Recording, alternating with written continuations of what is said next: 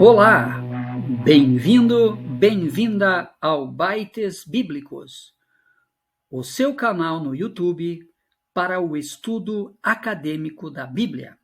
No vídeo de hoje, as várias etapas do desenvolvimento da cristologia no Novo Testamento. E compreender como isso foi acontecendo também.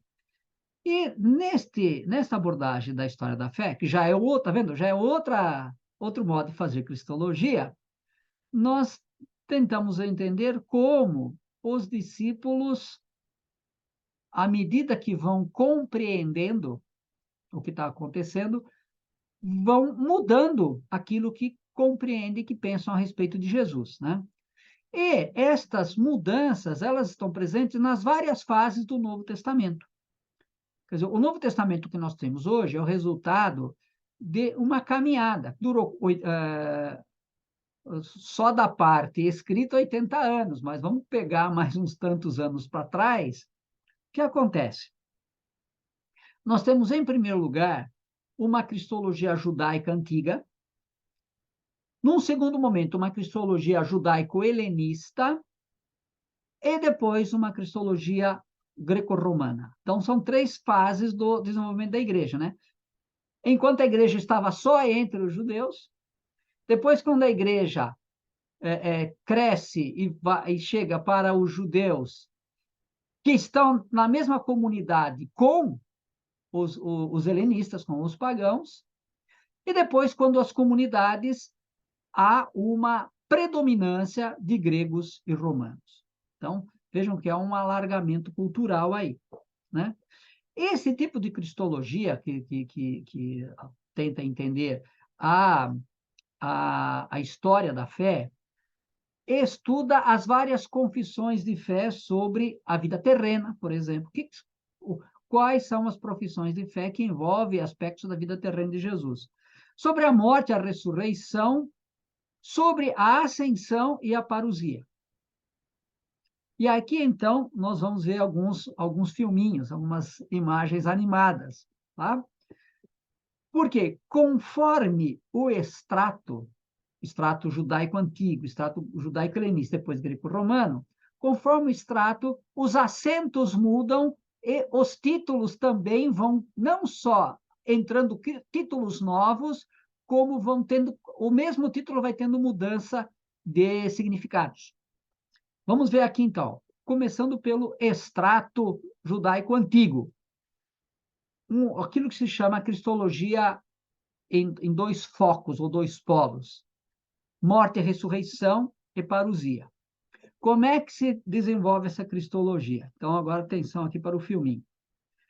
Relatos sobre o ministério terreno de Jesus, a sua vida terrena, morte, ressurreição e ascensão, né?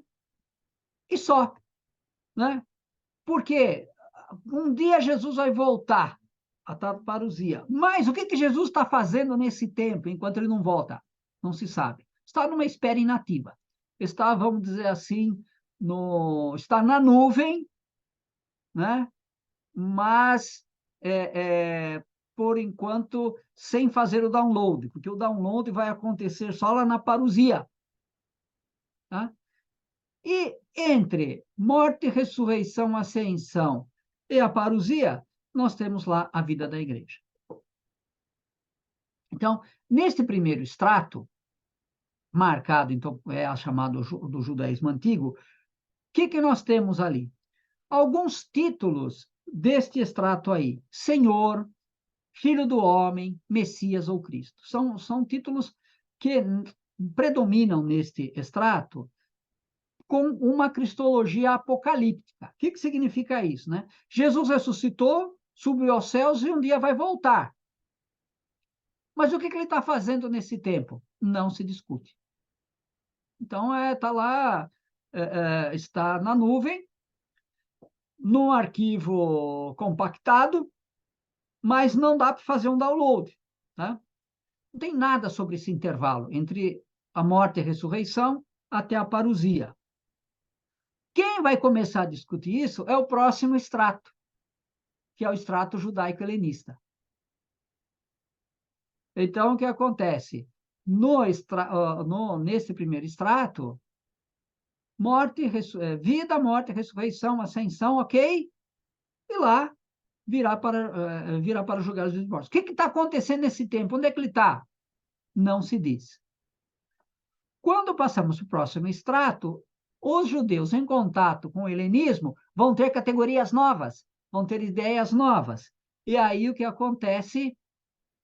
Vão começar a pensar o estado atual de Jesus ressuscitado, Cristo ressuscitado, e o que ele está fazendo agora por meio do Espírito. Vejam, no outro extrato, Jesus não fazia nada. Agora ele age pelo Espírito. Então quer dizer que ele está fazendo alguma coisa lá em cima também. Então nós temos a missão, né? Vamos dizer assim, Jesus veio, foi mandado pelo Pai, o ministério terreno, morte, ressurreição, ascensão, e agora ele não está inativo, ele está sentado à direita do Pai Todo-Poderoso como Cristo e Senhor. E, ao mesmo tempo, esperamos quando ele vier, quando fizer o download definitivo, mas, neste meio tempo, ele age por meio do Espírito, ele age na vida da igreja. Tá vendo? Já tem conceitos novos. Neste extrato, né, ou melhor, este extrato é muito condicionado pela Bíblia da Septuaginta, a Bíblia grega, porque os cristãos usaram a Bíblia grega, não a Bíblia hebraica. E na Bíblia grega, toda tradução não é somente uma tradução, traição, mas também uma ampliação, entram conceitos novos, né? E por causa disso, com a entrada de novas categorias, o extrato anterior também sofreu um impacto. Por exemplo, o nome Senhor, que já aparecia no extrato anterior, mas era mais Senhor no sentido de respeito, na Septuaginta, Kyrios, Senhor, é o nome de Javé. O nome de Javé na Bíblia hebraica foi traduzido como Senhor. Então, chamar Jesus de Senhor já não é a mesma coisa nesse extrato do que era chamar antes. Porque aí já começa a dar uma conotação mais divina, né? Quer dizer, agora vai falar de Senhor Jesus, Kyrios Jesus. Né? Também o tema Cristo, o título Cristo, Christos, ungido, que para o judeu tem todo um significado ligado ao messianismo davídico, para o grego isso aí não significa muita coisa, não. Né? Mas, na Septuaginta, por meio da Septuaginta, é o rei. E agora um rei com conotação messiânica. Então, chamar Jesus de Cristo tem uma outra mudança nesse extrato aí. Quer dizer, já não é a mesma conotação. Né? Quando entramos no terceiro extrato, né, no pensamento judaico-helenista, aliás, é o segundo ainda, né? Nesse pensamento judaico-helenista, ele é mais ontológico do que funcional. Então, por exemplo, o título Filho de Deus, para os gregos, provoca um certo escândalo. Por quê? Porque como o filho de uma divindade pode ser morto? Mas como é que pode isso? Morto e derrotado, assim pura e simplesmente? É mais fácil aceitar Jesus, Filho de Deus, que é Kyrios, do que o título Filho de Deus para um morto.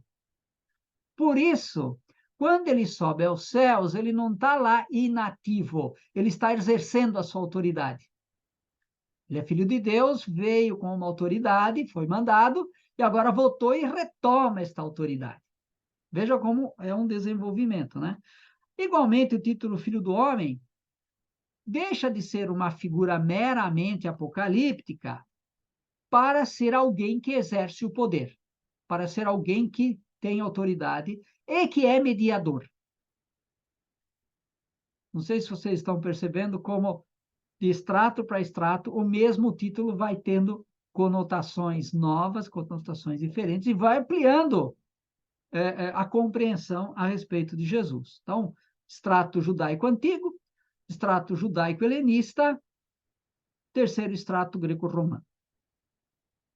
E aqui, então, entram os conceitos de pré-existência e a dimensão cósmica da salvação, que nos outros extratos não tinham. Então, Jesus é pré-existente, né? De repente, em algum momento dessa pré-existência, acontece a criação e o mundo começa a existir. Quer dizer, antes da criação, antes do mundo existir, ele já existia. O que estava fazendo? Uma pergunta que uma vez dizem que uma vez fizeram essa pergunta para Santo Agostinho, né? O que Deus estava fazendo antes de criar o mundo? Se não tinha nada de trabalho, diz a lenda que Agostinho respondeu assim: estava criando o inferno para quem fazia esse tipo de pergunta. Tá? Então, o que Jesus estava fazendo antes da criação do mundo? Estava ele, o Pai, Filho e Espírito Santo e o Amém, os quatro jogando um baralho, alguma coisa assim, né?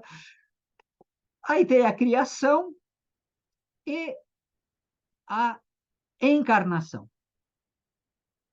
Então, já não é pura e simplesmente uma missão, ele encarna. É diferente. E aí, então, a vida encarnada e depois a vida desencarnada, quer dizer, ressurreição e ascensão.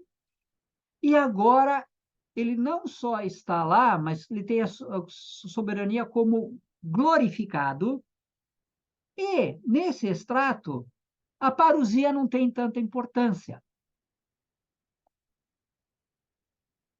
Mas porque ele continua, de lá, continua diretamente exercendo a sua autoridade sobre a igreja. Neste extrato, né, greco-romano, nós temos o seguinte: para os gregos e romanos, os títulos judaicos não significam muita coisa, ou não significam mais a mesma coisa. Vão ter conotações diferentes, né? Por quê? Eles vão ter novas concepções a respeito de Jesus, porque vai entrar, aí sim, vai entrar conceitos da filosofia, vão entrar outros conceitos culturais, vão entrar toda a mitologia greco-romana, que depois terá influência também no modo de compreender Jesus. Então, por exemplo, é aqui que vai se começar a falar de Jesus como sabedoria personificada. E os conceitos gnósticos ou pré-gnósticos serão aplicados a Jesus, entre eles o conceito de logos, né? Ou a palavra, o verbo. Não foi João quem inventou. Isto já existia em algumas correntes filosóficas gregas. O que serve para definir Jesus, os nossos autores pensadores cristãos não têm a menor vergonha de se aproveitar e usar para definir quem é Jesus. Ou seja, o principal impacto de tudo isso é que nós vamos deixar de uma cristologia funcional para uma cristologia ontológica. Lembra que nós vamos falar aquele conceito de filho de Deus? Né? Então, lá era a função, né? O relacionamento e tal. Com essa etapa aqui vai preparar o próximo passo, que vai ser a ontologização do conceito de pessoa para se falar da segunda pessoa da Santíssima Trindade. Se você gostou do vídeo de hoje, inscreva-se no canal, deixe o seu like e marque o sininho para receber notificações. Até a próxima!